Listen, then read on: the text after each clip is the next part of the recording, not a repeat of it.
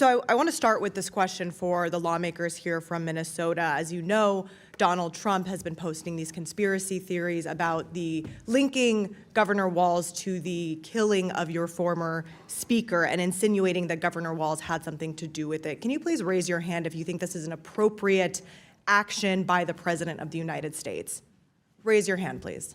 I'm not doing a raise your hand. I'm happy to comment on it. Sure, is it appropriate for the President to do that? So the person who murdered our colleague, Speaker Melissa Hortman, and her husband, Mark, answer the question. Do you think it's appropriate for the President of the United States evidence saying cause violence against a sitting governor was ordering him to do it? I know the facts will come out in the case, and we need to be respectful of the Hortman family, and we need to let this play out in the courts.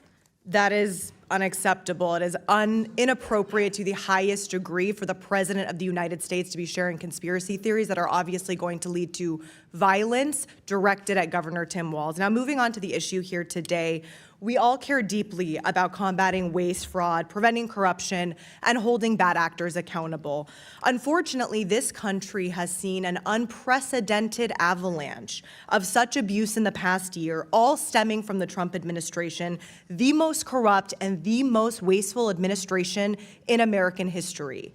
It is truly amazing that the majority moved so quickly to hold basically an emergency hearing on the situation in Minnesota without ever one time having held a hearing on the national crisis that is the Trump criminal enterprise being run out of the White House. I don't even know where to begin. Maybe the Republican majority would be interested in holding a hearing on the $50,000 cash bribe that border czar Tom Homan received from FBI undercover agents in a kava bag. Or how about a hearing on the $400 million bribe that Donald Trump presented by multi-billion-dollar companies in the form of the White House ballroom that Donald Trump seems most obsessed with? Do Republicans have any interest in holding a hearing on that corruption scandal? Or the fraudsters and the criminals that Donald Trump has pardoned? He freed George Santos, convicted of theft of public funds. He pardoned Paul Walzak, convicted of millions of dollars in tax fraud after Walzak's mother raised money for Trump's campaign. He released the former president of Honduras, sentenced to 45 years for flooding the United States with oceans of cocaine. And these are just a few examples. I haven't even brought up Doge and Elon Musk corruptions, Trump's firing of inspectors general who are in place to root out fraud, and career U.S. attorneys who are doing the bidding of Donald Trump in prosecuting his personal and political enemies. Is there any interest in holding an oversight hearing on any of those issues? Now, I want to talk about one specifically appalling instance of blatant corruption in the Trump White House, reported by the New York Times, that the Republican majority has shown literally zero interest in investigating. This is regarding World Liberty Financial, the cryptocurrency company founded in 2024 by Eric Trump, Donald Trump Jr., Alex Witkoff, and Zach Witkoff, among others.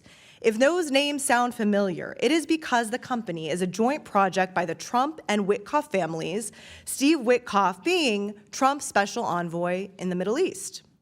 You may think that the president's financial interest in a secretive cryptocurrency exchange may be bad enough, but it gets so much worse than that.